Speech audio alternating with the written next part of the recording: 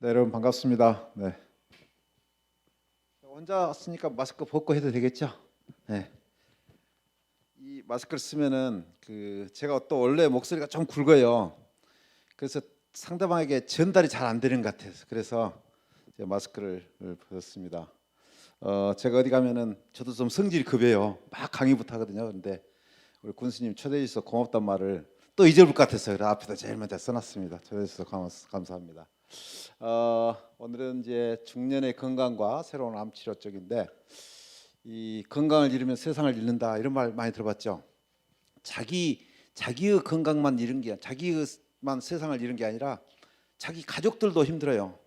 그래서 어떻게 보면은 이 자기의 건강을 내 몸이니까 뭐 마음대로 해도 된다 그런 생각을 하면 안 돼요. 자기 가족들 생각하면은 이 중요한 사람이 가족에서 없으면 얼마나 남은 가족들이 힘들겠어요. 그래서 정말로 자기 몸은 자기 것이 아니다. 저는 제 집사람이 항상 우리 애기 아빠는 제가 우리 집에서 보기도 힘들고 나라에다 뺏겨본 지 오래예요. 그런 말을 가끔 했는데 저는 이제 국가의 몸이라고 생각하고 또 관리를 더 잘해야 됩니다. 사실은. 여러분 이런 말 들어봤죠? 헛되고 헛되며 헛되고 헛되다 모든 것이 헛되다 헛되다 말 5번 했어요. 야, 인생 살면서 뭐 이렇게 힘들게 사느냐 하는 그런 의미로 된 것 같고 너무 잘난 척하면서 살지 마라 그런 뜻인 것 같아요. 해 아래에서 수고하는 모든 수고가 사람에게 무엇이겠는가 이런 말을 하는데 전도서에 나와서 성경에 이 말을 깊은 뜻을 제가 사실은 잘 이해를 못 해가지고 저는 좀 서운해요 이 말에. 그런데 내 말에 정말로 탁 맞게 된 말도 또 있더라고요. 이 스피노자가 해놨더라고요. 내일 지구가 멸망하더라도 나는 한 그루의 사과나무를 심겠다. 이 말이 나는 너무 내 마음에 와닿더래요. 그래서 정말 내일 죽더라도 제가 사과나무 한 그루를 심는 마음으로 지금도 나이 들어도 남들이 저기 나이 든지도 모르고 계속 뭐 열심히 한다고 하고 있다고 그렇게 평을 들어요. 아무튼 우리 인생에 생로병사가 있는데 이렇게 아름다운 정말 아가씨가 이렇게 나이가 들죠. 다 우리 모두의 미래입니다. 우리나라에서 만든 사철가에 정말로 표현을 잘 해놨어요. 세상 번진네들 이내 한 말 들어보소. 인생이 모두가 100년을 산다고 해도 병든 날과 잠든 날, 걱정 근심 다 제하면 단 40도 못 사는 인생이다. 아차 한번 죽어지면은 북망삼천의 흙이로구나라는 표현을 했는데 우리 인생을 아주 짤막하게 사철가에서 표현을 해놨더라고요. 오늘 세상을 잃지 않기 위해서 이런 내용으로 여러분들과 한 80분 동안 이야기를 나누도록 하겠습니다. 건강이 뭐냐? 우리 WHO에서 건강이란 질병이 없거나 허약하지 않는 것만 말하는 것이 아니라 우리가 건강은 되게 그것만 생각하잖아요. 되게 그 외에도 신체적으로 또는 정신적인 건강도 굉장히 현대에 와서는 정말 중요하죠. 사회적으로 여러분 옛날에 진도에서 그 사고 났었죠. 세월호. 저는 그때 그 텔레비에 화면에 보였던 그 장면을 그 뒤에도 몇 년간 그 보기만 하면은 그것만 생각하면 그냥 가슴이 아파. 여러분도 모두 그랬을 거예요. 사회적으로도 안정이 돼야 된다. 그런 안정 웰빙이 돼야 된다. 이런 상태를 우리가 건강이라고 이야기를 합니다. 특히 이제 중년기는 노년이 시작되기 전에 일반적으로 40 내지 60세로 규정하는데 지금은 나이를 뭐 0.89 해야 된다, 0.79 해야 된다 그러잖아요. 지금 조금 늦어졌어요. 그런데 사실은 지금까지 40세로 한 것은 여기 보십시오. 명심보감에 명심보감 언제 쓰여졌느냐? 고려시대 쓰여진 고려 충렬왕 시대 때 쓰여진 책인데 이때부터 벌써 40세 이하일 때 제멋대로 돌면 40세 이후에 갑자기 기력이 쇠퇴하기 시작해서 병이 벌떼쯤 일어난다. 40세가 굉장히 중요하다는 이야기를 그때부터 써놨어요. 그때부터 지금까지 바뀌지 않은 거지 사실은. 그래서 이제 우리나라에서 10대 사망 원인 넘버 원이 암입니다. 암. 그래서 요새는 모든 의학의 초점이 전부 다 암을 어떻게 빨리 발견하느냐 거기에 있죠. 그다음 두 번째가 심장 질환이나 뇌혈관 질환. 이 두 번째 두 개 합치면 혈관 질환이에요. 사실은 심장이나 전부 다 혈관이잖아요. 그 혈관 질환 이 두 가지. 또 이게 우리나라에서 높은 자살이 있어요. 자살. 우리가 정말로 좀 반성해야 될 것이 우리나라 자살률이 높아. OECD 국가에서 제일 높아요. 이제 이런 질병을 아무튼 빨리 발견한 게 좋다. 그래서 이제 건강 검진을 하잖아요. 질병을 예방하고 조기에 진단하고 치료하기 위해서. 그래서 어려운 이 암들도 빨리 이 진단을 해서 빨리 발견하면은 뭐 수술로 도려낼 수 있는 것은 빨리 도려내면은 될 거 아니에요. 그래서 빨리 발견하는 게 좋다. 그래서 성인병원 조기 진단, 또 심뇌혈관 이런 질환 조기 진단, 암 조기 진단 이런 것들이 굉장히 중요하다는 것이죠. 그래서 여러 가지 이제 간단한 안과 검사가 뭐 그렇게 중요하냐라고 생각할지 몰라도 안에 이렇게 이제 백내장 망막 질환 시력 검사, 또 어떤 사람은 안과 검사 가서서 자기가 당뇨 있는지 알고 그렇게 발견한 사람도 있어요. 청력 검사 이런 것 간단한 것도 하고, 또 혈액 검사만 가지고도 굉장히 많은 질환을 진단을 할 수가 있어요. 그래서 이제 고지혈증, 갑상선 질환, 당뇨. 과거에 젊은 사람이 50세도 안 된 사람이 그 우리가 이제 그런 지질, 우리 트리글리세라이드 이런 지질이 우리 몸에 엄청 높아가지고 자기는 하나도 몰랐는데 그것을 발견한 사람도 있어요. 그래서 아무튼 어떤 우리 몸에 이런 수치가 굉장히 문제가 있으면은 언뜻 처음에는 나타나지 않지만은 시간이 그것이 쌓이면은 다 병으로 연결돼요. 그래서 굉장히 중요한 것이죠. 이제 소변 검사, 심전도 이런 것들이 이제 기본적인 건강 검진 항목이에요.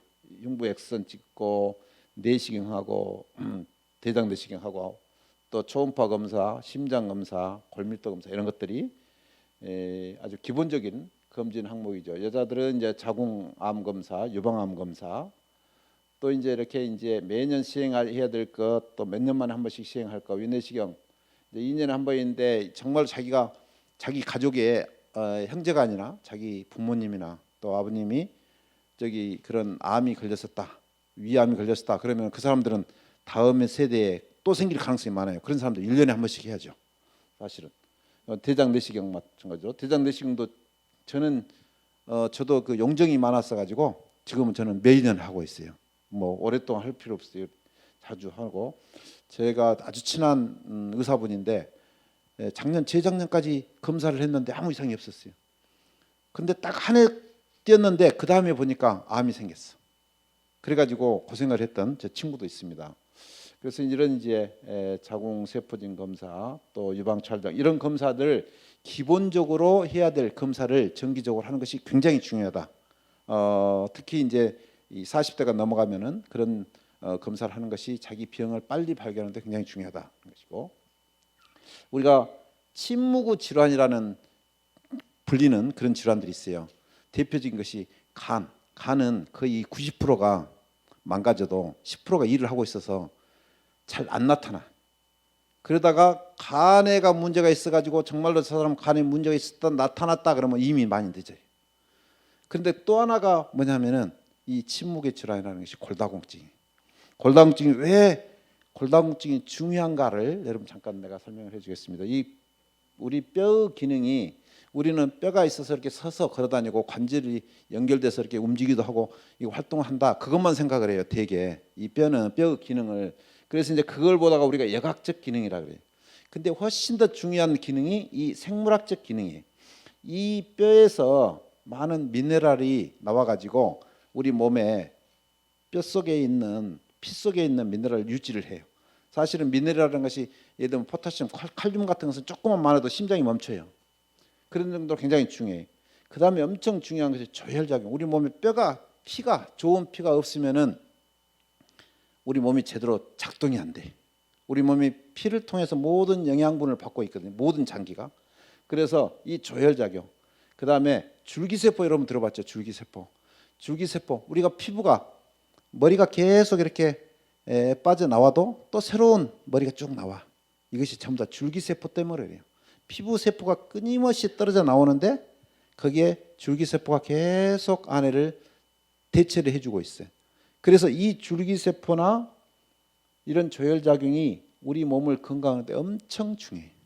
그래서 여러분들 전부 다 심장 중요하고 폐 중요하고 간 중요한데 뼈가 그렇게 중요한가? 그런 생각을 별로 안 해보셨을 거예요. 오늘부터 뼈가 중요하구나.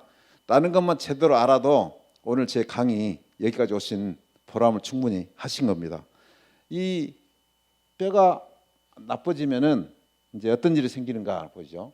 뼈 구조가 이렇게 안에서 전부 다 이 안에 간 속에 피가 계속 들어가듯이 뼈 속에도 다 일어나고 있어요. 실제로 우리 눈에 잘 안 보여서 그렇지, 우리가 볼 수가 없어서 그렇지. 그래서 이제 우리가 죽은 뼈를 보면은 이런 식으로 보이는데 우리는 죽은 뼈만 보죠. 살아있는 뼈를 본 적이 별로 없어요. 살아있는 뼈를 보면 이 안에 뼈가 있고 이 안에가 세포가 가득 차 있어요. 속에가. 이 속에서 줄기세포도 나오고 피도 만들어내고 다 만들어내요. 그래서 이 줄기세포가 쭉 뼈세포도 만들고 연골세포도 만들고 근육세포도 만들고 다 만들어요. 그래서 그 줄기세포가 엄청 중요한 것이죠. 그래서 옛날에 황우석 박사 그 사건 때 우리가 배아 줄기세포로 이런 모든 세포를 만드니 앞으로 예를 들면 관절에 문제가 있으면 관절을 만들고 척추가 문제가 됐으면 척추를 만들고 그런다는 이야기가 많이 나와서 그때 줄기세포가 중요하다는 이야기는 들어보셨을 겁니다. 그런데 우리가 이제 뼈가 정상 뼈는 이렇게 뼈가 막 가득 들어있어요. 이 가득 들어있는데 이 속에 아까 말했던 세포도 가득 들어있어요. 안에. 그런데 이게 이제 골다공증이 되면 이게 뼈가 별로 없는데 이 뼈도 별로 없고 이 가운데 있는 세포도 별로 없어요. 그래서 뼈가 튼튼해야지 세포가 안에서 가득 차 있어요. 그래서 우리 몸을 뼈를 튼튼하게 해주면은 모든 장기가 튼튼해져요. 좋아져요. 그래서 이제 뼈가 끊임없이 이렇게 없어졌다가 생겼다가 그럽니다. 그런데 어느 순간부터 이 뼈가 새로 생성되는 것보다 뼈가 파괴가 되는 것이 훨씬 많아지면은 그때부터 골다공증이 시작되는 거예요. 그래서 골다공증이 시작돼서 이 고관절이 부러진다 그러면은 그분들은 되게 오래 못 살아요. 근데 오래 못 사는 이유가 그 단순히 뼈가 부러져서가 아니고 그 백그라운드가 우리 몸의 전체적인 시스템이 안 좋아진 것이죠. 그래서 이제 고관절 부러지면은 오래 못 산다는 이야기가 그거예요. 그리고 골다공증의 빈도가 이 심장마비, 뇌졸중, 유방암을 합친 것보다 더 흔하게 발생한다. 실제로 굉장히 많이 일어나고 있는 거예요. 그래서 이제 골다공증은 이제 특히 여자분들 폐경이나 또 저체중 너무 여성분들 꽤 와 계시는데 자기를 살을 빼려고 너무 노력하지 마세요. 알맞게 살이 좀 퉁퉁하게 있는 것이 이 골다공증에는 좋아요. 그 다음에 이제 흡연 염주하고 운동 부족, 영양 섭취 부족 이런 것들이 전부 다 골다공증하고 연관돼 있어요. 자기 어머님이나 아버님이 아주 호리호리하고 이 골다공증이 있었다 그러면 자기도 그럴 가능성이 굉장히 높아요. 그래서 그런 부분을 좀 쓰고 지금은 이제 골다공증 진단하는 이런 기계들이 있어가지고 골다공증을 진단하는데 대개 한 25세 되면은 제일로 피크로 올라가가지고 그렇게 있다가 이것이 어느 정도 시간이 되면은 점차 떨어져요. 그런데 이게 처음부터 이렇게 낮은 사람들은 요 밑으로 떨어지겠죠. 이렇게 떨어지면은 빨리 부러지죠. 그래서 이런 골 밀도가 이렇게 나이가 들어서도 좀 충분히 있을 수 있도록 그렇게 하는 노력이 필요합니다. 그래서 골절이 잘 생기는 부분은 척추부 잘 생기고 손목 관절 대퇴골이 생기죠. 그런데 이 척추부는 더 부러져도 자기가 부러진지도 모르고 지내는 사람도 많아요. 손목은 부러지면은 되게 여기다 기부스 오고 다니는 사람들 봤죠. 네, 그런 사람들이고. 근데 대퇴골이 부러지면은 못 걸어다녀. 당장 그날부터 입원해. 그러니까 너무 힘들죠. 갑자기 내 가족들이 잘 있다가 한 사람이 딱 병원에 입원해봐요. 얼마나 불편한지 여러분들. 그런 경험들이 있으실 거예요. 그래서 이제 척추골절 되면은 뼈가 이렇게 적어져요. 이렇게 큰 뼈가 있다가 이렇게 줄어들었어요. 그런데 이 척추골절이 되면은 뼈하고 다른 것하고 무슨 관련이 있느냐라고 생각하는데 그냥 뼈만 조금 부러진 걸로 생각하는데 이 척추가 얼마나 큰 영향을 미치는지를 한번 봐보세요. 이 허리가 이제 굽고 키가 줄어드는데 여기에 심장 있죠, 심장. 허리가 이렇게 구부러지고 이렇게 구부러지면은 여기에 심장도 있고 폐도 있고 내부 장기 이 압박으로 심부정 등 사망을 초래한다. 이런 말 처음 들어봤죠. 척추골절이 했는데 이 사망까지 초래한다라고 하는 것은 안 들어봤죠. 자, 소화기 압박으로 음식물이나 유산 역류가 돼서 변비가 생긴다. 이게 여러분들이 이제 잠자다가 가만히 이렇게 등을 대고 절대 30분 이상 못 있어요. 왜 그런 줄 알아요? 이게 이제 가만히 누워 있으면 뒤에가 이렇게 살이 눌리잖아요. 이 살이 눌리면 이 누른 자리에 피가 안 통해. 피가 안 통하면은 세포가 죽으려고 하니까 아파. 그래서 잠자다가 계속 뒤쪽 하는 거예요. 여기 잠자다가 가만히 못 있고 옆으로 눕고 또 이쪽에 눕다가 또 불편하면 이쪽으로 눕고. 그런데 이런 그 심장이나 이런 복부나 이런 게 쭉 압박을 하면은 이 압력에 의해서 그 기능이 제대로 안 돼. 그래서 여러분 손 눌러 보면은 지금은 빨갛게 돼 있는데 손을 딱 누르면은 하얗게 돼요. 그러면 피가 안 통한 거예요. 그래서 이 손가락도 이렇게 쭉 짜가지고 여기를 꽉 누르고 있으면 이게 몇 시간 있으면 이 손이 죽어버려요. 그런 식으로. 그래서 우리 폐에 있는 폐나 또는 소화기나 이런 부분들도 이 척추골절이 되어 있으면은 이거 부러지면은 그 활동이 잘 안 돼서 그것들이 기능이 빨리 나빠져요. 그래서 장도 안 좋아지고 심장도 안 좋아지고. 그래서 이 뼈가 그 여러 가지 다양하게 큰 영향을 미치는 거죠, 사실은. 그래서 이제 척추가 이렇게 젊었을 때는 이렇게 이 뼈가 크잖아요. 근데 여기는 엄청 줄어들었죠. 이렇게. 제가 젊었을 때 갑자기 우리가 허리가 삐었다고 하잖아요. 허리가 삐어서 이제 하도 좀 심해서 제가 사진을 찍어봤어요. 그래서 사진을 찍어봤더니 제 사진 엑스를 보고 저도 깜짝 놀랐어요. 야, 내가 여러 사람들 환자분들 사진을 보는데 내 뼈가 이렇게 튼튼한가? 야, 정말 제가 봐서 제 뼈가 그렇게 튼튼하더라고요. 그래서 제가 확실하게 그때 나는 확실히 뼈대 있는 집안에서 태어났다. 그랬는데 그 후에 한 10년 후에 찍어봤어요. 그랬더니 역시 이렇게 뼈가 튼튼하던 것이 좀 줄었어요. 최근에 찍어봤어요. 최근에 허리가 아파서. 그랬더니 이 간격이 있잖아요. 이 간격이 이게 디스크거든요. 이게 많이 줄었어. 그래서 옛날에 내가 그 튼튼하던 뼈는 어디 가고 나도 나이가 먹고 있구나. 이제 그런 생각을 많이 하게 됐습니다. 나이가 들면 이제 이렇게 되죠. 그래서 특히 고관절은 다른데 어디 여러분 뼈가 부러졌는데 이 사망 골절돼 갖고 사망까지를 이야기하는 골절은 별로 없어요. 그 중에 하나가 이 고관절 골절. 골절 후면 6개월 내에 사망할 확률이 10 내지 30%예요. 이거 엄청 높죠. 아무도 여러분들 그런 생각을 별로 안 해봤을 겁니다. 자기 아버님이나 뭐 할아버지 할머니가 고관절이 부러졌다 그러면은 6개월 내에 사망할 확률이 10 내지 30%다. 뭐 다섯 집이 있으면은 그 중에 한 집은 6개월 내에 사망한다. 그 정도로 심각하죠. 그래서 이제 이렇게 이제 골절이 이렇게 부러지면은 여기 부러짐과 동시에 이제 못 걷습니다. 못 걷기 때문에 응급차 불러서 병원으로 가야죠, 결국은. 그래서 이제 이런 인공 관절로 수술을 되게 나이 드신 분들은 이제 이렇게 인공 관절을 수술을 합니다. 이게 이제 그 전에 이렇게 오른쪽에 하고 수술했는데 뭐 한 1년 지나서 또 왼쪽이 또 부러졌어요. 그 이제 또 이제 왼쪽도 수술했죠, 이렇게. 여기도 이제 왼쪽이 부러졌는데 우리가 이제 엑스레이를 볼 때는 우리가 상대방을 보고 우리가 그 위치를 정합니다. 상대방이라고 생각하면은 얘가 오른쪽이겠죠. 얘가 왼쪽이고. 그러니까 보통 때는 얘가 오른쪽인데 내가 왜 왼쪽이라 하는 거 그것은 상대방을 보고 우리가 그 병원에서 볼 때 이게 이제 왼쪽이다 그렇게 표현을 합니다. 그래서 이제 인공관절 수술을 이렇게 했어요. 근데 오른쪽이 또 부러졌어요. 양쪽을 다 했어요.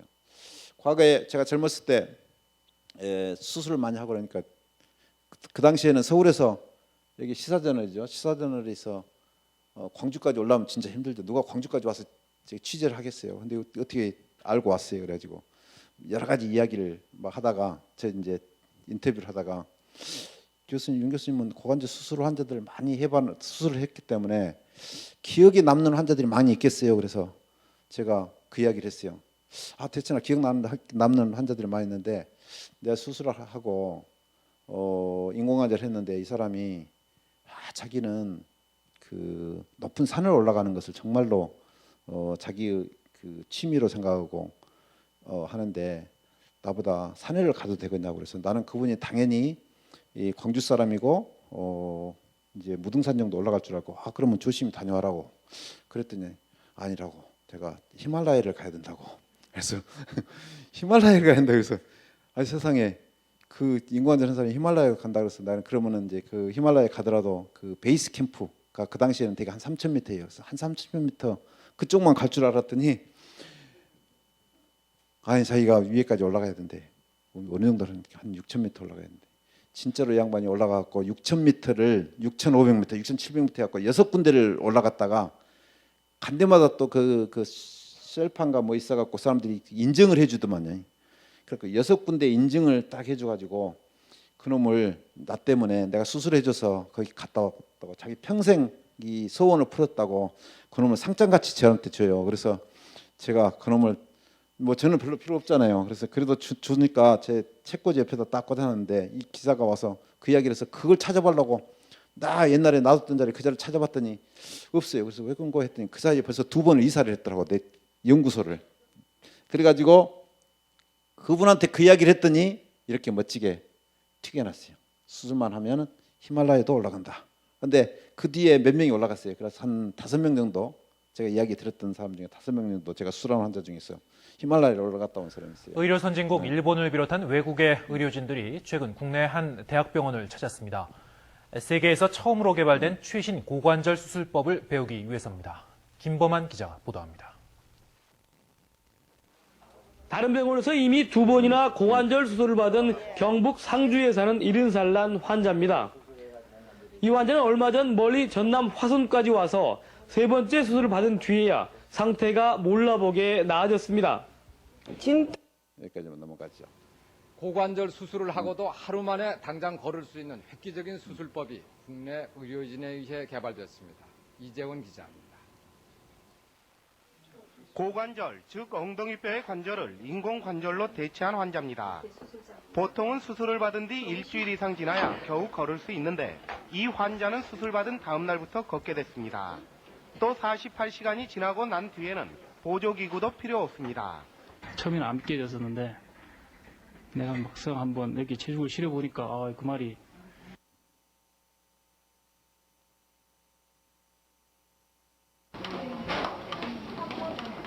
여기 이제 저기 러시아 블라디보스톡 거기에서 이제 그 큰 회사를 하신 분인데 여기 와서 수술을 받고 이제 한 2주 만에 사진 찍은다니까 이렇게 딱 미리서 쇼맨십이 좋더라고요 보니까. 그 이제 그 제가 개발해가지고 지금도 하고 있는 한 20년 전에 개발해가지고 지금도 하고 있는 수술법이 이렇게 이제 그 인공 관절을 하는데 다른 때는 여기서부터 이만큼 절개를 해가지고 안에 근육도 자르고 관절을 노출해서 하는데 저는 이제 앞에 조금 뒤에 조금 해가지고 근육을 자르지 않고 근육 사이로 이렇게 수술하는 그런 수술법을 해서 하니까 이제 수술할 때 훨씬 회복도 빠르고 나중에 인관절 하면 이게 탈구가 많은데 탈구가 안 돼요. 근육을 안 자르기 때문에. 그래서 그런 수술법을 쭉 하는데 제가 지금까지 이 수술법을 개발한 것이 다른 그동안 내가 30년 동안 여러 가지 연구도 하고 논문도 많이 하고 다른 것하고 2개 중에 하나만 선택을 하면 이걸 선택을 해요.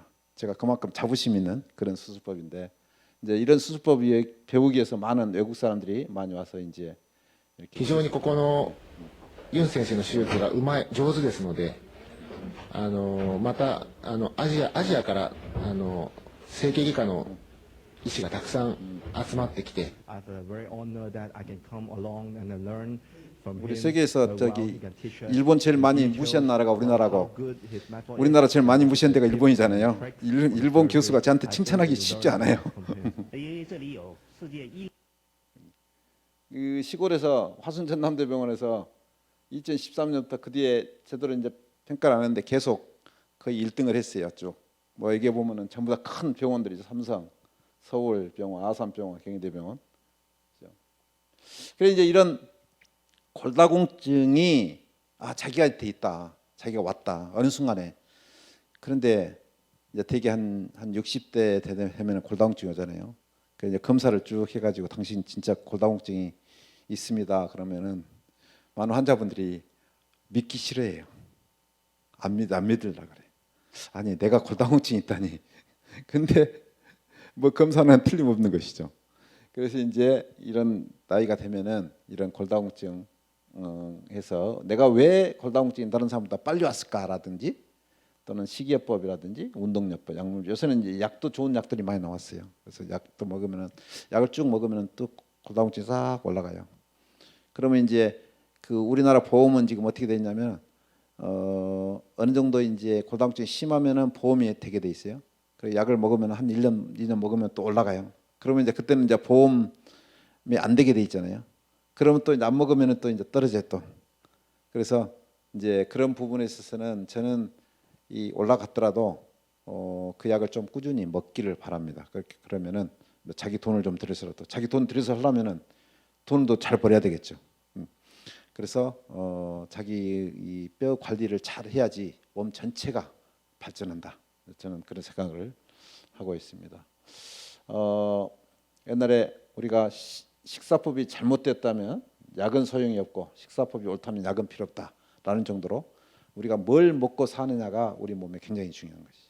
사실은 우리 어떤 이제 암의 발생도 우리나라 사람들이 뭘 먹고 사느냐. 대표적인 한 예를 들면은 과거에는 저희 우리들이 그 고기를 사실은 많이 못 먹었어요. 육류를. 그래서 단백질 섭취가 많이 적은 것이죠. 그럼 어떻게 되냐면 과거에 이 혈관들이 약해져요. 그래서 제가 레지던트 때만 해도 우리 병원 응급실에 이 신경외과 수술을 받으러 오는 많은 사람들이 혈관이 터져서 와요. 이 혈관이 약해서. 그래서 이제 혈관이 터져서 출혈을 해가지고 오거든요. 근데 지금은 많이 이제 여러 가지 너무 많이 먹어서 탈이잖아요, 사실은. 지금은 뭘로 주로 응급실로 하냐면 혈관이 전부 다 막혀서 와요. 지금 응급실 대부분 이제 정신없이 온 사람들은 그래서 그 이런 이제 단백질이나 뭐런 지방 굉장히 많이 먹어가지고 혈관이 너무 두꺼지고 그래서 혈관이 잘 막혀서 와요. 그래서 이제 그렇게 먹는 식습관에 따라서 우리 몸이 장기적으로 볼 때 이렇게 변화한다는 것이죠. 그래서 이 먹는 것을 잘 먹어라는 것이죠. 뭐 이런 기본적인 것이 있고 신선한 채소, 과일이나 이런 부분이 굉장히 좋고 또 양배추나 브로콜리 암을 예방하는 시기로 먹는 게 좋고 또 파이토케미칼에서 채소나 과일 이런 것들이 굉장히 중요하다. 다음에 이제 이런 기름진 음식은 적게 먹는 게 좋다. 그럼 뭐 일반적으로 여러분 많이 들어본 이야기인데 상당히 과학적으로 다 맞아요. 그래서 싱겁게 먹고 소금도 적게 먹고 짠 음식이 위암을 유발하는 것이고 그래서 아무튼 정상 체중을 유지하는 그런 식사를 하고 골고루 섭취하고 또 규칙적으로 하고 생선이 좋고 또 우유와 된장 섭취가 좋다. 우리가 된장 많이 먹잖아요. 된장 섭취가 굉장히 좋다는 것이고 과식 않고 과식 과음하는 게 좋고 또 지방이 많은 음식이나 튀김 음식은 안 좋다. 것이고 짜고 맵고 뜨거운 음식이 안 좋다는 것이고 음주는 우리나라 사람들이 전 세계에서 그 뭐죠 위스키 소비량이 넘버원이라고 그러잖아요. 우리나라 사람들이 굉장히 그 낙천적이기 때문에 저는 한편으로는 낙천적이기 때문에 술을 많이 들고 그런 이제 문화도 있는 것 같은데 술은 상당히 이제 절제해서 먹는 게 좋다. 것이고 알코올 대사 능력은 개인차가 굉장히 많아요.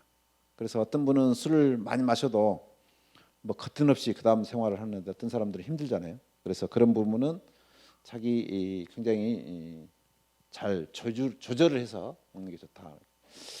이 음주가 인체에 미치는 영향 굉장히 많아요. 뇌 기능을 억제하죠. 또 위장 질환 많이 생기죠. 각종 암.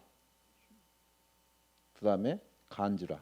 간은 뭐 대표적인 게 간경화죠. 그다음에 고혈압, 뇌졸중, 당뇨병. 또 스트레스가 심화되고 면역 기능이 좋아지고 여러 가지 식욕도 감퇴하고 홀다공증이 촉진한다. 아무튼 이 정도면은 거의 이 만병의 근원이라 할 정도로 많이 생기잖아요. 그럼 흡연은 어떠냐? 흡연은 우리가 어느 나라에 담배 소비량이 이렇게 증가하잖아요. 증가하면은 한 10년 내지 20년 뒤에 이로 인한 사망률이 이렇게 증가해요. 그래서 지금은 우리나라가 이제 많이 그래도 그 담배 피는 인구가 줄었는데 과거에는 정말 담배 많이 피웠어요. 제가 그 정도로 담배를 많이 핀 의사들도 많이 피웠어요. 과거에 제가 레지던트 때 외국 그 선교사가 우리 병원을 좀 구경하고 싶다고 그래가지고 제가 영어 배운다고 선교사들하고 좀 친했거든요. 그랬더니 선교사가 의과대학 다니다가 온 선교사가 있었어요. 우리 병원을 구경하고 싶다고 그래서 우리 병원 수술장을 데리고 갔거든요. 그때 광경을 저도 지금도 못 잊어먹어요. 우리 레지던트들 수술복 갈아입는 탈의실에 들어갔는데 그가 담배가 가득 차 있는 담배 연기가. 그래서 내가 그때 얼마나 내가 마음속으로 창피하든지 이 선교사들 데리고 가는데 그 정도로 담배를 많이 피웠어요. 지금은 이제 거의 담배를 안 피잖아요. 그 정도로 우리나라 담배를 많이 피웠는데 이 담배가 그만큼 안 좋다는 것이죠. 이 흡연 영향에 의해서 매년 4만 7천 명이 사망한다고 합니다. 매년 130명씩 담배로 인해 사망한다라고 생각. 어마어마하게 사망을 하죠, 사실은. 우리가 그것을 가지고 우리가 어떤 큰 사고가 났을 때 거기에 100명 죽으면 그냥 온 나라가 난리하는데 사실은 이런 거 보면은 이제 이런 것부터 조용조용히 우리가 해결을 해야 되죠, 사실은. 근데 우리가 흡연하면은 아까 앞에서 이제 그 폐암의 발생이 많아진다. 뭐 당연히 많아져. 근데 폐암뿐만 아니에요. 더 중요한 것이 우리나라의 사망률이 넘버 2가 암이 1번이고 넘버 2가 이런 혈관 질환이라고 했잖아요. 혈관. 이 혈관 관상동맥 질환이 혈관 질환이에요. 이 혈관에 질환이 생겨서 사망할 확률이 70% 이상이 높다. 어마어마하죠. 그래서 담배는 폐로 들어가는 것 같은데 진짜 중요한 역할은 이것이 안으로 폐로 들어가서 혈류로 돌아서 관상동맥을 막아버린다 이거죠. 그래서 굉장히 중요한 거예요. 그래서 진짜로 흡연은 만병의 근원이라 할 정도로 이렇게 많은, 봐봐요. 위에서부터 아니 분명히 담배는 요리 피웠는데 무슨 저 밑에 전립선암이 더 생기나? 담배 여기 피웠는데 방광 봐보세요. 방광. 그 다음에 혈전증, 이런 폐성 동맥 질환, 여기에 있는 동맥이 막혀요. 그래가지고 버거시 병이라고 해가지고 다리가 썩는 병도, 그런 병도 이 담배에 의해서 생겨요. 그래서 이 담배는 정말로 만병의 근원이라고 할 수 있을 정도로 안 좋다. 그러면은 만병통치약도 있느냐? 만병통치약이 있어요. 그것을 나는 운동이라고 해. 오늘 여기 장성에 와가지고 조금 전에 같이 여기 영주교를 갔는데 너무나 좋게 운동하기 좋은 그런 시설이 잘 돼 있더라고요. 거기서 절로 산보를 쭉 하면 건강해질 것 같아요. 이런 알맞는 운동은 정말로 만병통치약이다. 어떻게 되는지 봐보십시오. 자, 규칙적인 운동이 어떻게 생기냐? 자, 근육, 뼈, 관절이 강화되고, 앞에서 이야기했죠. 피가 잘 생성이 돼야지 온몸이 건강하다고. 그래서 뼈가 건강해지면 이 골수 생산 능력이 좋아진다. 이게 좋아져야지 우리 온몸이 좋아진다. 그 다음에 신경작용도 좋아지고 심장이 좋아지고 또 체내에 노폐물이 배출이 돼서 우리 몸이 전체적으로 문제가 안 생긴다. 호흡기도 좋아지고 체중 조절해서 당뇨병도 좋고 대장암도 예방되고 고혈압 예방되고 또 뇌에서 엔도르핀이 증가해서 스트레스 완화가 되고, 스트레스가 이 암 발생에 엄청 중요한 그 원인이라는 것은 여러분 잘 아실 겁니다. 이 정도로 많이 좋아진다. 그래서 이 정도면은 우리 건강이, 이제 운동이 우리 건강을 지키는 만병통치약이다라고 말할 수 있을 정도로 좋습니다. 그래서 유산소 운동과 무산소 운동을 알맞게 나눠서 하는 게 좋다. 이제 운동도 너무 함부로 평소에 안타가 너무 갑자기 하면은 젊었을 때는 되게 괜찮아요. 근데 나이 들어서는 이거 점진적으로 하는 게 좋겠고, 여러분 그 마라톤 하다가 뭐 사망했다는 이야기 들잖아요.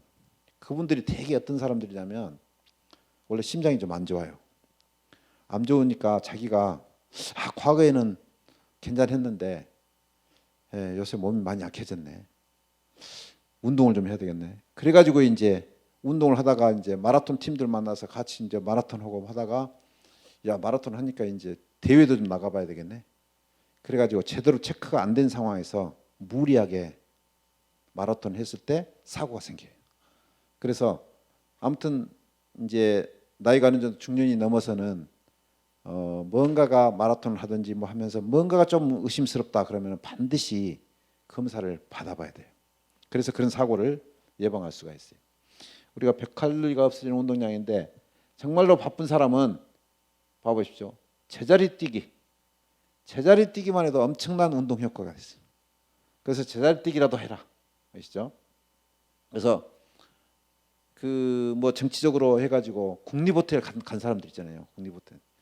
근데 갔다 왔는데 엄청 건강해져서 이 사람들 가만히 이야기 들어보면은 정말 좁은 방에서 열심히 제자리 뛰기를 했다는 거예요.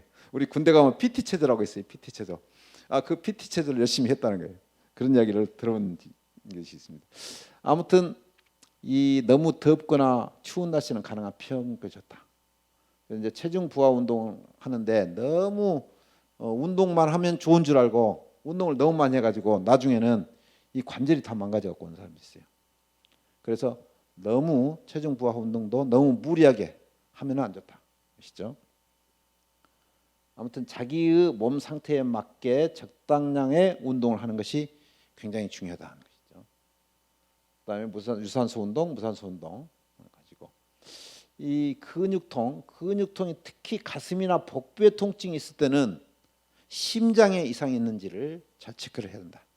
그래서 심장에 이상이 있는데 그걸 모르고 무심코 너무 운동하다가는 문제가 생긴다는 것이죠. 자, 정신 건강. 우리나라가 자살률이 높잖아요. 자살률이 높아. 그래서 어떻게 자기의 정신을 잘 컨트롤할 것인가가 굉장히 중요해요. 특히 이제 나이가 들면서 우울증, 이 화병이라는 이 병명이 우리나라에서 만들어졌답니다. 우리나라 사람들 화병이 많으니까. 그래서 이제 화병이 오래되면은 이 화병이라는 것이 스트레스가 많다는 거 아니에요. 스트레스가 이 스트레스는 정말로 우리 몸에 안 좋아요. 여러분 혹시 강하게 스트레스를 받는데 심장 맥박이 불규칙하게 뛰는 거 느끼러 보시는 사람도 있을 거예요. 그거 꽤 많아요. 그래서 아무튼 이런 화병, 우울증이 오래되면은 고혈압, 중풍, 당뇨, 뭐 엄청 모든 성인병이 다 생겨요. 여러분 왜 자살을 하는 줄 알아요? 왜 자살을?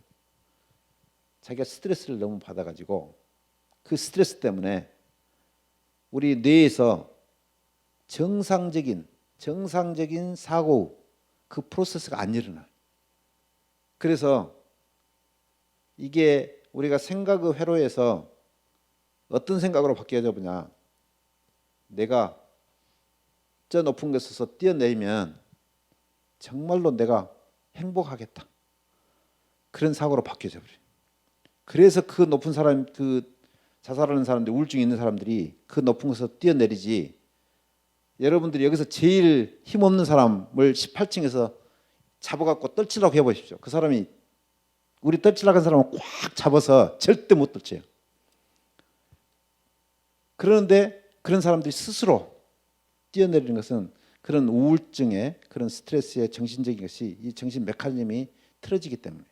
그래서 우리나라에서 너무 자살률이 높아가지고 과거에 그 자살률을 낮추려고 굉장히 노력을 많이 했어요. 그래서 몇 년 전까지 계속 떨어졌는데 요새 다시 오른다고 하더라고요. 여러 가지 경제 상황이나 힘들고 그래서.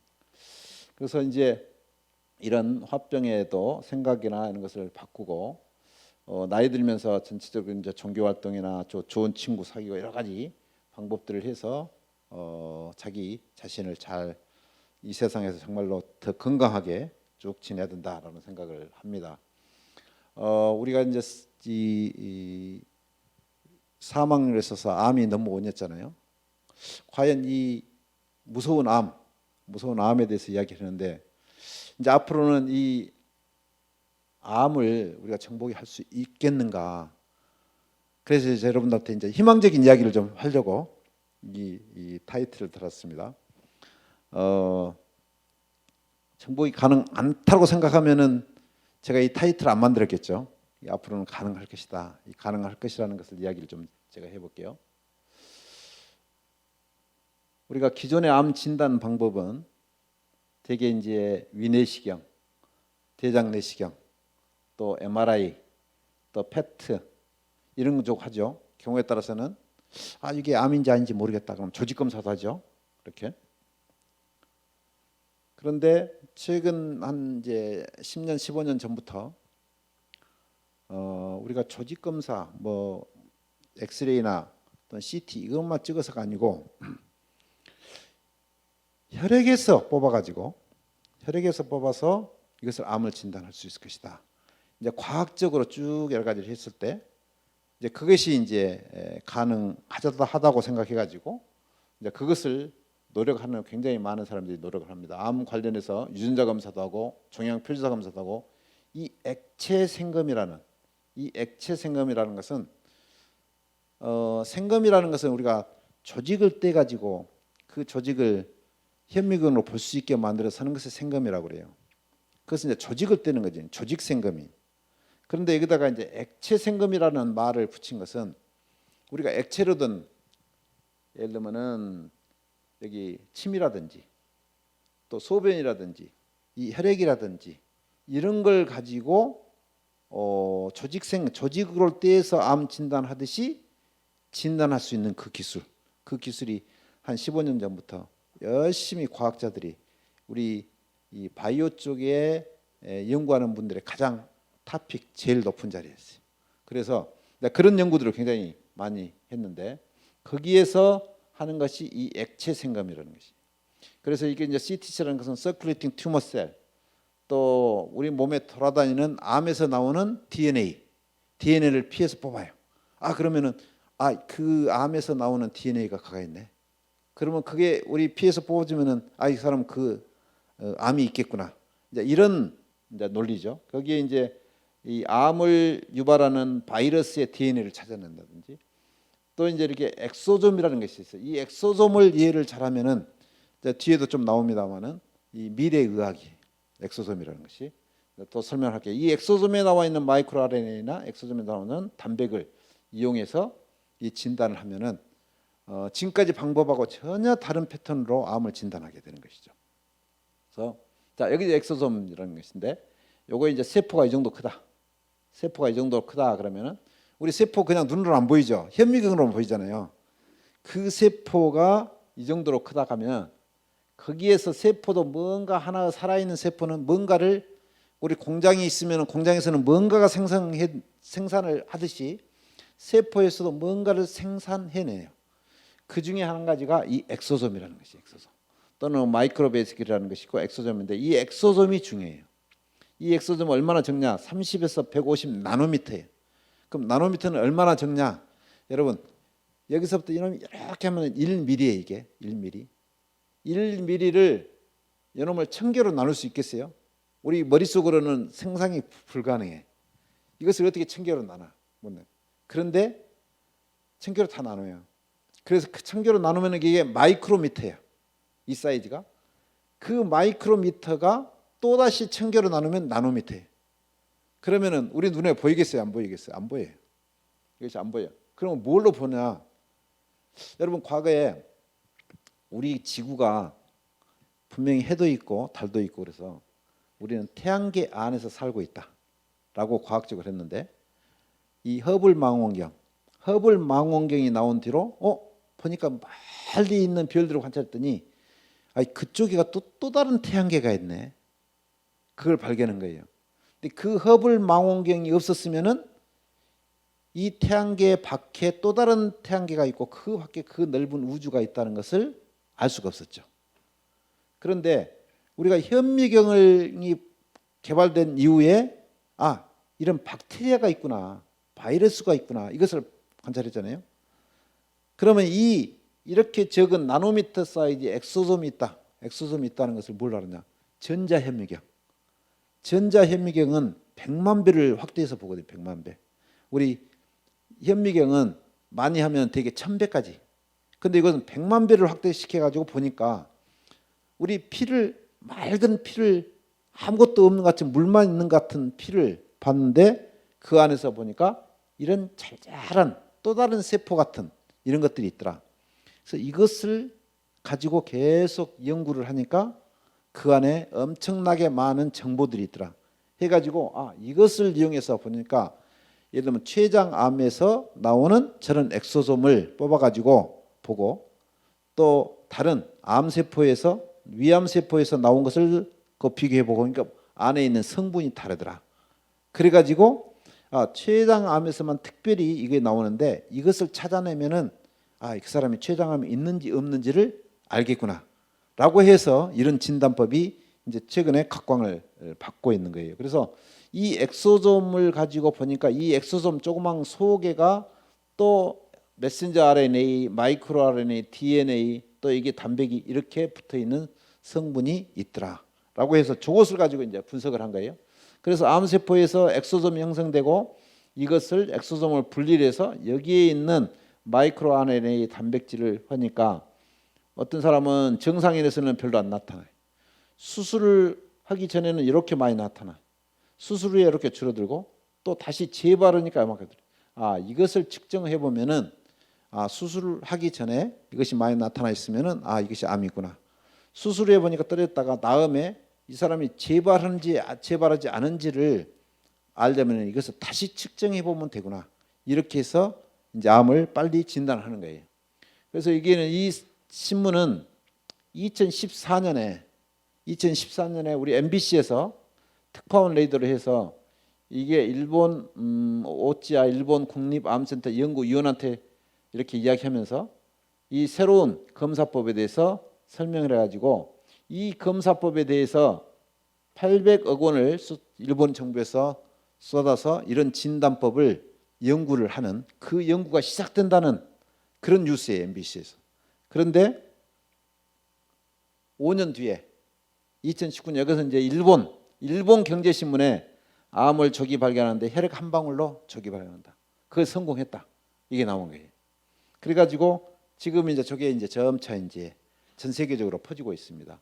그래서 이 마이크로 RNA를 진단하는 것을 이분들이 이 논문에 캔서 사이언스라는 논문에 냈는데 유방암을 이 피로 진단하는데 민감도가 97%, 특이도가 83%, 거의 90% 가까이 되죠.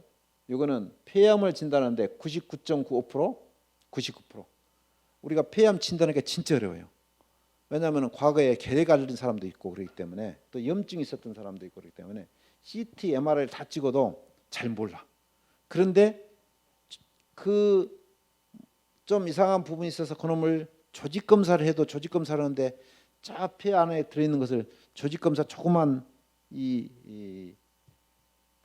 주사기로 해서 제대로 그 암이 있는 부분을 제대로 가서 그놈 뽑으면 몰라도 거기다 찔렀는데 거기가 정상인 조직이 있으면 어떻게 그것이 나오겠어요? 안 나오지. 그런 노력을 해도 90%가 안 남아요. 그것은 진단법. 그런데 피로해서 진단을 이렇게 99.5%, 99%를 진단을 해버리니까 이건 어마어마한 것이죠. 이제 미래에는 전부 다 이렇게 바꿔질 겁니다. 그래서 이제 암을 빨리 진단할 수 있는 거죠. 이분도 이제 여기 이제 위암을 이렇게 95% 이상 하고 이 췌장암 정말 진단하기 어렵잖아요. 우리나라는 췌장암 진단됐다 그러면 봐보시죠. 주위에 제가 아는 제 주위에 6명이 췌장암 있어요. 저하고 친하신 분들이. 근데 6명인데 그 중에 진짜로 거의 다가 1년 못 넘겼어요. 근데 발견했다 그러면 3기나 4기. 근데 1, 2기에 발견을 못 해요. 그래서 이제 이런 췌장암을 아까 그런 방법으로 해서 이렇게 췌장염인지 췌장암인지를 진단하고 그 전에 방법으로는 전부 다 정상이었던 사람들이 이걸로 검사를 하니까 췌장암으로 발견되더라 하는 그런 검사고 이거 이제 아주 최근 일이에요.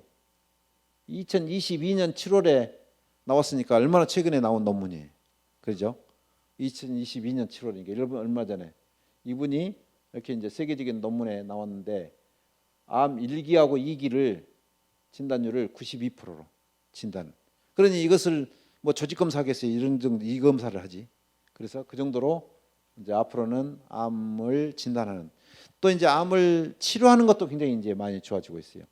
우리가 이제 면역이라고 하면은 외부에서 끊임없이 이번에 이제 우리 코로나로 바이러스가 끊임없이 들어오잖아요. 우리 눈에 안 보이는데 바이러스가 들어와서 병을 일으키잖아요.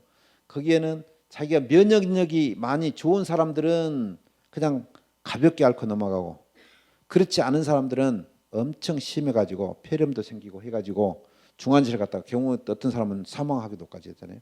이게 전부 다 어떤 사람은 그러면은 똑같이 코로나 바이러스가 우리 몸에 들어왔는데 어떤 사람은 건강하게 지나고 어떤 사람은 심지어 사망까지 하느냐. 우리 자기의 각 개인의 면역 능력이에요. 면역. 그 면역 능력이 얼마나 있느냐 없느냐. 그래서 이 면역 능력이라는 것은 우리 몸속에 들어온 병원 미생물에 대항하는 항체를 생산해서 독소를 중화시키거나 병원 미생물을 죽여서 다음에는 그 병이 걸리지 않도록 하는 상태를 우리가 면역이라고 그래요. 그래서 이 바이러스나 박테리아는 외부적이에요. 외부적. 외부에서 들어오잖아요. 그런데 우리 내부적도 있어. 내부적이 뭐냐면 암이에요. 그래서 이 내부적이 암인데 봐보십시오. 건강한 사람도 하루에 평균적으로 4천 내지 5천여 개의 암세포가 새롭게 만들어진다. 우리 몸에 끊임없이 이 암세포가 만들어지고 있어요. 그런데 암세포는 우리 정상세포가 아니잖아요. 우리 몸에서 항상 그것을 찾아내는 세포들이 있어요. 이게 면역세포들이. 이 면역세포들이 그 암세포를 보고 잡아먹어요. 그럼 어떤 때 암이 생기느냐? 우리 몸 상태가 스트레스를 많이 받거나 우리 몸에 해된 것을 자꾸 많이 먹거나 그러면은 그 면역세포들이 활동이 줄어버려요.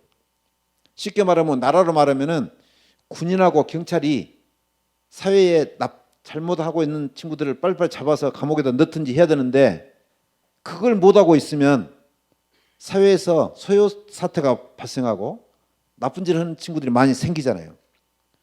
그러듯이 우리 몸에서 면역세포들이 이 암세포를 잡아먹지 못하면 암이 생기는 거예요. 그러면은 그 면역세포가 얼마나 중요해요, 우리 몸에. 그래서 이제 이 사이언스나 네이처 세계적으로 유명한 과학 잡지에 이제 면역세포가 암을 치료하는데 굉장히 중요한 역할을 한다라고 해서 이렇게 이제 많이 나와서 캔서 이뮤노테라피, 여기도 캔서 이뮤노테라피, 여기도 캔서 이뮤노테라피 가지고 그래서 지금까지 암 치료는 우리가 수술, 또 방사선 치료, 항암제 이게 이제 되게 크게 하는 치료법이. 이제 자 우리가 수술한다 그러면은 간에가 있으면 간을 떼내는 거지. 그런데 암만 죽였으면 좋겠는데 암하고 정상 조직하고 구별을 못해. 할 수 없이 다 떼내요. 그러니까 암을 치료하지만은 정상 조직도 없어지잖아요. 또 마찬가지로 방사선 치료도 마찬가지. 딱 암 조직만 쪼여서 암을 죽였으면 좋겠는데 그렇지 못해. 주위에 있는 살까지 죽여. 또 항암제도 마찬가지. 그런데 유일하게 그 암세포만을 죽이는 치료법이 이 면역세포 치료법. 이 면역세포 치료는 원래 우리 몸에서 평소에 하고 있던 일을 평소에 그 기능이 50이다 그러면 이것을 잘 키워서 70, 80이 되게 하는 그런 치료법이에요. 그래서 우리 몸에 있는 면역세포가 이렇게 활발하게 돼서 암을 잘 잡아먹어라 하는 치료법이 면역세포지. 그러다 보니까 효과도 좋고 부작용이 적어요. 단지 걱정이 뭐냐? 이것을 면역세포를 치료하는데 시설 설비나 이런 것들이 너무 비싸. 그래가지고 돈이 많이 필요해. 그것이 단점이에요. 그런데 이제 이런 것들이 앞으로 미래에 계속 발전해서 우리가 저렴하게 또 보험도 돼가지고 사용할 수 있으면은 이것들이 굉장히 널리 이제 확보가 돼가지고 치료를 암 치료를 잘할 수 있는 거지. 그래서 이제 이러다 보니까 앞으로는 이 패러다임이 변화돼 갖고 이 면역 세포 치료는 부작용이 적기 때문에 누구나 다 시작하고 거기에 맞아서 어떤 사람은 수술이 필요하면 수술하고 방사선 치료하면 방사선 치료하고 항암제 치료하고 이렇게 패턴이 점차 바뀌고 있다라는 것을 여러분들이 아시고 그런 자기가 그런 병이 생겼을 때 그런 방법이 있는지를 찾아보면 좋겠다는 거죠. 그래서 이제 세계적으로 임상 시험이 이렇게 세포 치료라는 것들이 엄청 이렇게 증가를 하고 있어요. 그래서 이제 이게 이쪽에서 앞으로 암 치료하는 이런 해답이 있다라고 하기 때문에 전 세계적으로 연구를 굉장히 많이 하고 있는 것이죠. 그럼 이제 면역세포는 뭐냐? 면역세포는 7가지 종류가 있어요. 우리가 여러분 T세포, B세포는 들어봤는 거 모르겠어요. 최근에 NK세포도 좀 들어봤을지 모르겠어요. 이런 세포. 그런데 이 NKT세포라는 것이 있어요. 이것이 가장 늦게 발견됐는데 알고 보니까 이 세포가 면역세포 대장이에요. 그래서 우리 몸에 뭔가가 이상이 있다 그러면 NKT세포가 제일 먼저 뛰어가요. 그래서 이제 상황을 보고 그 다음에 이런 T세포나 B세포, NK세포를 불러들여요. 그래서 이 NK세포, 그래서 이제 이 NK T 세포를 이용해서 또 암 치료를 하는 그런 연구들 되고 있어요. 그러다 보니까 동물 실험에서 이런 이 갈세르라는 약하고 이건 덴드라이틱셀하고 같이 이렇게 넣으니까 이게 정상의 우리가 이제 비교군에서는 이게 흑색 암종을 세포를 넣으니까 이게 완전히 흑색 암이 다 생기는데 이 약하고 이것을 주니까 NK T 세포가 활성화돼 가지고 이렇게 암 세포가 다 죽어버더라. 그리고 본인 것만 남더라. 이것도 이제 폐에서도 이런 상황이 되고 그래 가지고 이제 이 NK T 세포를 치료를 하니까 우리가 이제 그 암이 걸려서 더 이상 치료할 수가 없다. 그런 사람들이 어디로 가요? 우리가 호스피스 병동 하잖아요. 호스피스. 그래서 이제 호스피스 병동으로 가는 사람들을 대상으로 이 NK T 세포를 치료해 봤어요. 그랬더니 무려 이 사람들을 평소에는 4.6개월 살던 사람 그렇게 이제 호스피스 병동 가면은 그 사람들이 18.6개월 살더라. 그 중에서도 이 인터페론 감마라는 것이 우리 체내에 많이 생성되는 사람들은 무려 31.9개월을 살더라. 어마어마한 결과예요. 그래서 이제 이런 쪽으로 연구를 지금 굉장히 많이 하고 있어요. 이 당시에 보니까 이 NK T 세포가 그때까지 나온 어떤 항암제보다도 mean survival time 사람을 더 오래 살게 하는 능력이 더 길더라. 그리고 그 당시에 어떤 약들보다 더 좋더라 하는 것이고 이런 다른 유명한 다른 약들보다 시스플라진 아드리아마신보다 훨씬 더 결과가 좋더라. 이런 이야기 여기도 마찬가지고 이렇게 결과가 좋더라. 그래서 이제 비싸요. 비싼데 다른 이 키트루다라는 약도 그 일본 팀하고 미국 팀이 개발해 가지고 이걸 노벨상 받은 약이에요. 노벨상 받고 만들어진 약이. 그 전보다 그런데 이런 약들이 노벨상을 받은 약들이 뭐 예를 들면은 이 암 치료를 하면 일반 약은 뭐 5년 생존율이 예를 들면은 10%면은 5년 생존율을 한 90% 올리는 그런 것은 없어요. 5년 생존율이 10%인데 그걸 한 15%, 20% 이것만도 엄청 진전이에요. 그래가지고 그 노벨상을 받은 거예요, 사실은. 그래서 이제 암 치료가 그만큼 어렵다는 것이죠. 그런데 이런 아주 최고의 항암제 그리고 기타 항암제하고 같이 썼을 때 효과가 더 좋아서 이렇게 하는 것보다도 훨씬 이건 부작용이 거의 없이 여기는 부작용이 많고 그것보다도 훨씬 더 좋게 이렇게 좋아지더라라는 그런 연구가 많이 되고 있어요 지금. 그래서 이제 이런 NK T 세포의 면역 세포 치료를 지금 많이 하려고 하고 있고, 그 다음에 이제 미래의 의약품을 하는 아까 이제 이 엑소솜으로 진단한다 그랬잖아요. 근데 진단뿐만 아니라 앞으로는 치료도 하는 그 엑소솜이. 그래서 이제 미래의약품이라고 돼요. 여러분 엑소솜이라는 이야기를 이 강의 들을 때 혹시 자기가 이 엑소솜이란 말을 한 번이라도 들어본 사람 없죠? 우리 김용기 센터장님만 들어봤구만 보니까. 그런데 이제 앞으로는 이 이야기를 조금 관심을 갖고 여러분 엑소솜도 네이버에 나오면 엑소솜도 찾아보고 한번 그러십시오. 앞으로는 이게 이 미래의학으로 나옵니다. 점차. 아까 말했죠. 엑소솜이 이렇게 나온다고. 그런데 이 엑소솜을 이용해서 앞으로 이제 암 진단을 하잖아요. 암 진단하는데 우리가 동맥경화가 어느 정도 심해져 있는지를 알 방법이 별로 없어요. 동맥경화가 아주 심한 경우는 이게 이제 경동맥 초음파로 조금 알 수가 있고 또 CT를 하면은 혈관이 좀 두꺼워져 있고 MRI 봤을 때 그 정도지 그보다 더 초기들은 잘 구별을 못해요. 그런데 예를 들면 자기가 이런 이 혈관 질환이 있다 그러면은 그것을 자기가 수치로 어느 정도 안 좋다는 것을 알게 되면은 미리서 그 약을 계속 먹으면 될 거 아니에요. 자기가 좀 조심하고 음식도 조심하고. 그래서 이것을 지금 이런 동맥경화 진단도 지금 가능하고 치매가 내가 치매 왔는지 안 왔는지 잘 모르잖아요. 나도 지금 뭐 내 친구들 이름이 잘 안 생각나면서 이것이 내가 치매인가 아닌가 내 그런 생각을 하는데 아주 치매가 심한 사람들은 우리가 저 뭐 치매 왔다고 아는데 우리는 그 전 단계를 알아야 되잖아요. 그래야지 자기가 조심하고 치매를 위해서 뭔 어떤 약을 써야 될 것인가 하는 것 하고 그러지. 그런데 지금 이제 다른 방법이 없어요. 치매를 진단하는 방법이. 그런데 이것도 아까 그 엑소솜 테크닉으로 이것을 진단해요. 뭐 어떻게 진단하냐? 이 치매는 뇌세포하고 관련됐잖아요. 그러면 뇌세포에서 이런 치매가 온 뇌세포에서는 아까 엑소솜이 일반 뇌세포에서 나온 것하고 달리 나와. 그래서 그것을 찾아가지고 그 안에 있는 마이크로 RNA라든지 또 거기에 있는 엑소솜 프로테인을 측정을 한다든지 그렇게 해서 이 치매를 진단하게 돼요. 그런데 이런 진단 분야에도 앞으로도 이제 계속 이게 확대될 거예요. 그 다음에 엑소솜을 이용한 이것은 진단을 한다면서 무슨 치료를 합니까? 그런데 지금 이것도 좀 계속 앞으로 발전하고 있어요. 자, 이 엑소솜을 이용하는 화장품이 나와 있어요. 화장품은 그 엑소솜이라는 것은 우리 몸에서 어떤 세포에서 나와가지고 다른 세포로 쉽게 들어가요. 하도 적으니까. 그리고 안정화돼 있어. 그래서 쉽게 들어가니까 그 엑소솜을 이용해서 화장품을 만들어서 얼굴에다 바르면 이 피부 세포로 속으로 잘 들어가. 잘 들어가서 피부를 좋게 만들어줘요.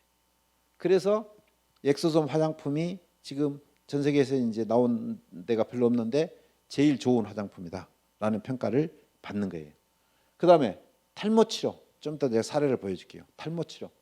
이 안에서도 끊임없이 줄기세포가 나와서 이게 머리가 생성되는데 이제 그 사회가 복잡할수록 이것은 스트레스하고 굉장히 관련이 있어요.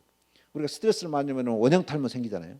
그러듯이 스트레스가 많이 있으면은 이런 세포가 잘 안 생겨. 그래서 탈모가 생겨요. 그런데 그런 탈모들도 잘 치료할 수도 있는 그런 치료기가 벌써 이미 나와 있어요. 다음에 이제 치매를 치료하는 거. 여러분 심장을 재생한다는 말은 아마 오늘 저한테 처음 들어볼 거예요. 심장이 한번 나빠진 심장을 어떻게 재생을 합니까? 그런데 지금 동물에서는 성공을 했어요. 그것이 엑소솜으로 해서 그 엑소솜이 이 심장 속에 있는 살아있는 세포, 뭐 심장이 이렇게 안 좋은 상태라 해서 모든 세포가 다 죽은 건 아니잖아요. 그 살아있는 세포를 자극을 해가지고 그 살아있는 세포 하나가 2개가 되고 2개가 4개 되고 해서 다시 재생할 수 있는 그런 또 새로운 기술들이 지금 계속 개발되고 있어요. 과거에는 폐가 한번 나빠지면 폐를 절대 재생을 못 시켰어요. 그런데 폐를 또 똑같은 방법으로 재생을 시켜. 또 간을 재생시켜고 콩팥 재생.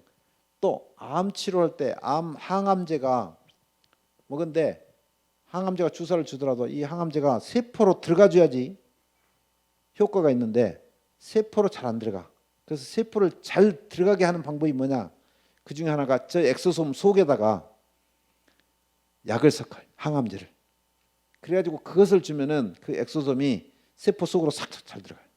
그래서 어떤 특정 암세포를 죽이는 그런 쪽으로 해서 이렇게 암 치료도 앞으로는 가능하다. 그래서 이 엑소솜을 이용하면은 이제 암 진단도 되고 암 치료도 되고 난치병 치료도 가능하게 된다. 보시죠.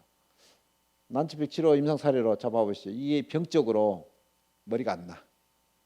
그런 사람이 3개월 만에 이렇게 많이 좋아졌어요. 여기도 3개월 만에 이렇게 좋아졌고 여기도 이렇게 좋아지고. 사람마다 좀 다르죠. 이 재생하는 능력이 다르기 때문에. 여기도 보면은 여기는 이제 아래로 4주 만에 이만큼 좋아졌고 여기도 엄청 듬성듬성한데 많이 좋아졌잖아요. 여기는 이제 우리 국내에서 이제 임상했던 것인데 여기 머리가 이렇게 안 좋은데 여기가 지금 6월 28일 8월 3일 2달 만에 이만큼 좋아졌네요. 좋아졌죠. 사실은 여기는 제 친구예요, 제 친구. 제 친구인데, 야 그런 좋은 것이 있다는데, 내가 믿으려면은 나부터 발라보자. 내가 별거 다 해봤는데 안 나온다. 그래서 줬더니 이렇게 나왔어요. 여기도 마찬가지로 이렇게 좋아지죠. 여기도 이렇게 좋아지고, 여기도 이제 나이가 꽤 드신 분인데 이렇게 많이 안 좋았는데 이렇게 한 2달 만에 이 정도로 이렇게 좋아지잖아요. 이게 전부 다 그 아까 말하는 엑소솜이에요. 그래서 이 머리도 사실은 여기 두피도 하나의 장기거든요. 그래서 이런 효과의 과정을 우리가 심장에서 일어나고 폐에서 일어나고 간에서 일어나고 이것이 이제 앞으로 일어나게 된다는 것이죠. 이분은 머리가 이 정도까지 자라고 더 이상 안 자라. 근데 그분이 지금 한 2달 썼을 거예요. 여기 한 달 쓰셨네. 한 달 썼는데 훨씬 더 자랐죠. 그래서 이제 머리 스타일도 처음부터 안 나쁜 사람 있고 이렇게 어느 정도까지는 낳고 거기서부터 더 이상 안 자라는 사람이 있고 좀 이 패턴이 달라요. 그래서 그 과거에 제 얼굴 보면 굉장히 젊죠.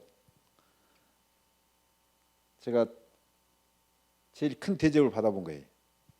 제가 이제 미국의 어느 도시에서 우리 인공 관절을 만드는 회사인데 거기에 이제 그 세계적으로 유명한 사람들을 해서 자문을 받아보는, 그리고 이제 거기에서 새로운 인공 관절을 만들었는데 이것이 정말로 잘 삽입되는지 어쩐지 우리가 이제 그런 실험실이 있어요. 그래서 거기 저를 초청을 해가지고 하는데 우리 같으면 인천에 공항에 도착했어요. 근데 인천 공항에서 광주로 올라오면은 또 비행기를 타야 되잖아요.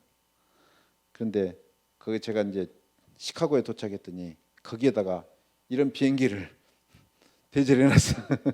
그래가지고 저하고 이분들 둘이하고 서희 타고 왔어요. 서희. 이분 이제 독일 사람 또 스위스 사람.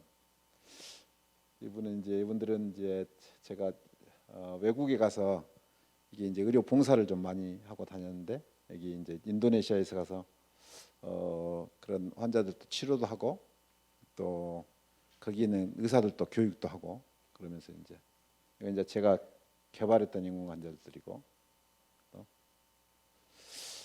이 건물은 뭐 우리나라로 생각하면은 뭐 어디 호텔 같은 건물이죠. 안에도 보면은 모든 모양이 이 호텔식으로 돼 있죠.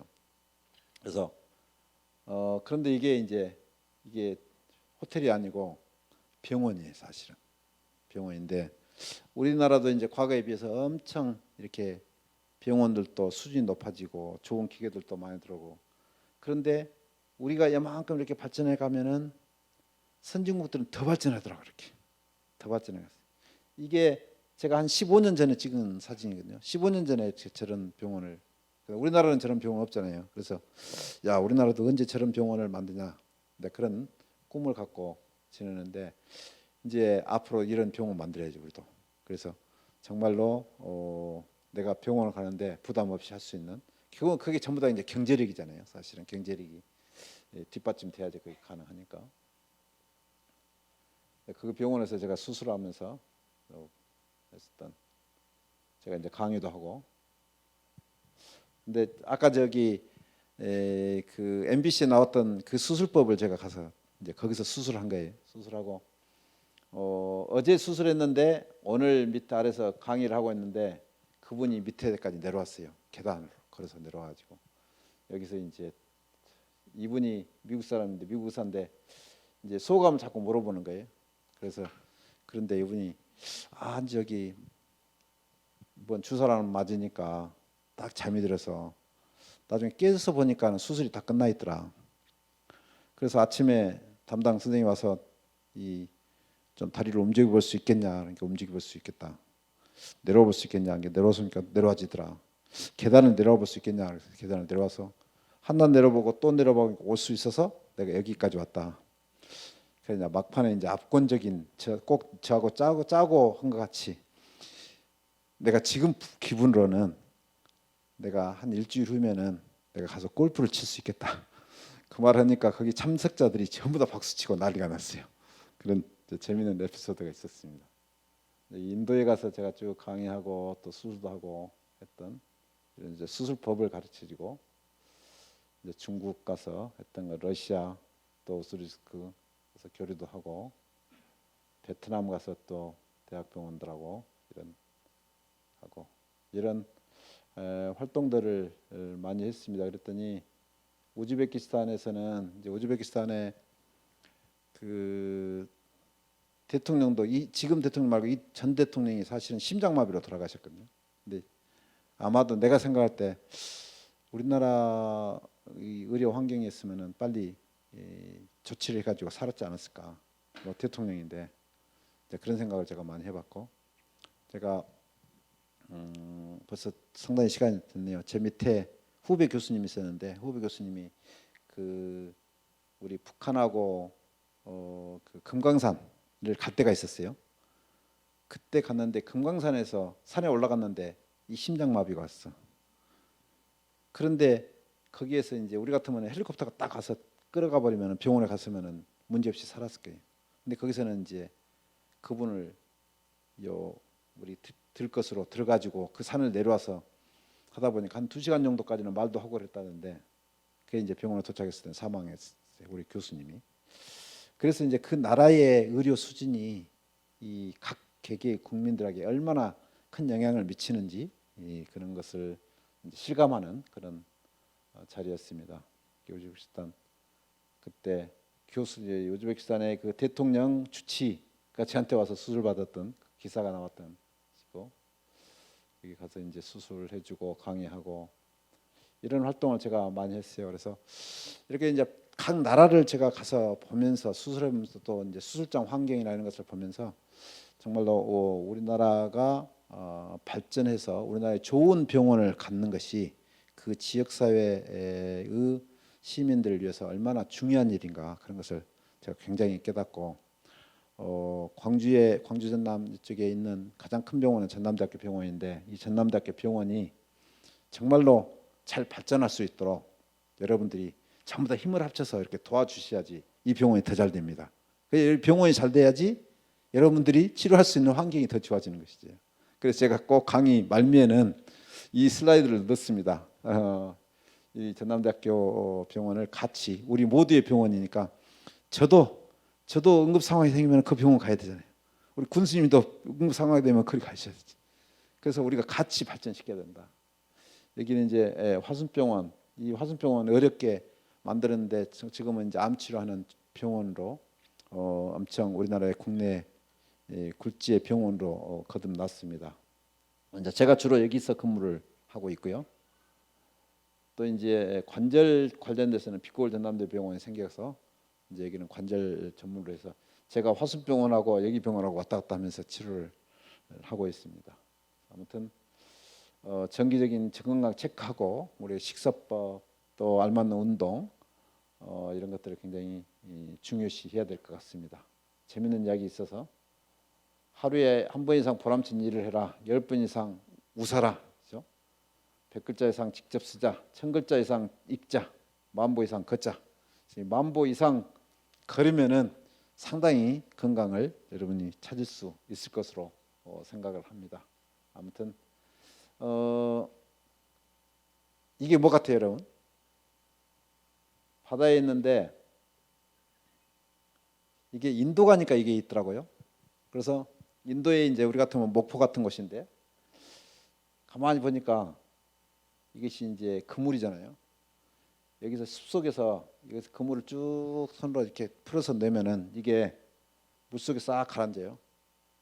가라앉으면 그 위에다가 이제 먹을 것을 이렇게 던져줘요. 던져주면은 이제 고기들이 막 모일 거 아니에요. 그럼 이제 소리 없이 여기서 쭉 잡아다녀요. 그럼 고기들이 막 잡히더라고요.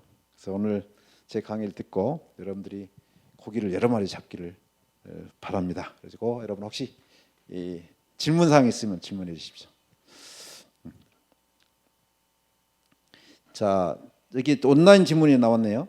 엑소돔이 탈모 치료가 가능하다면 탈모 치료제로 시중에서 구입이 가능한지. 지금 가능합니다. 혹시 저한테 연락을 주시면 제가 그거 판매하신 분 알려드리겠습니다. 또 질문 혹시 있으세요? 가격까지는 잘 모르는데 너 누구 말 들으면은 그 정도 안 비싸다 하고 그 정도는 해야 되지 않냐. 여기 머리 심는데 돈이 엄청 많이 들잖아요. 심는 것보다 훨씬 시간도 세이브하고 그 정도는 심는 것하고 비교도 안 되게 싸다, 그런 말도 있고. 네, 혹시 또 다른 질문 있어요?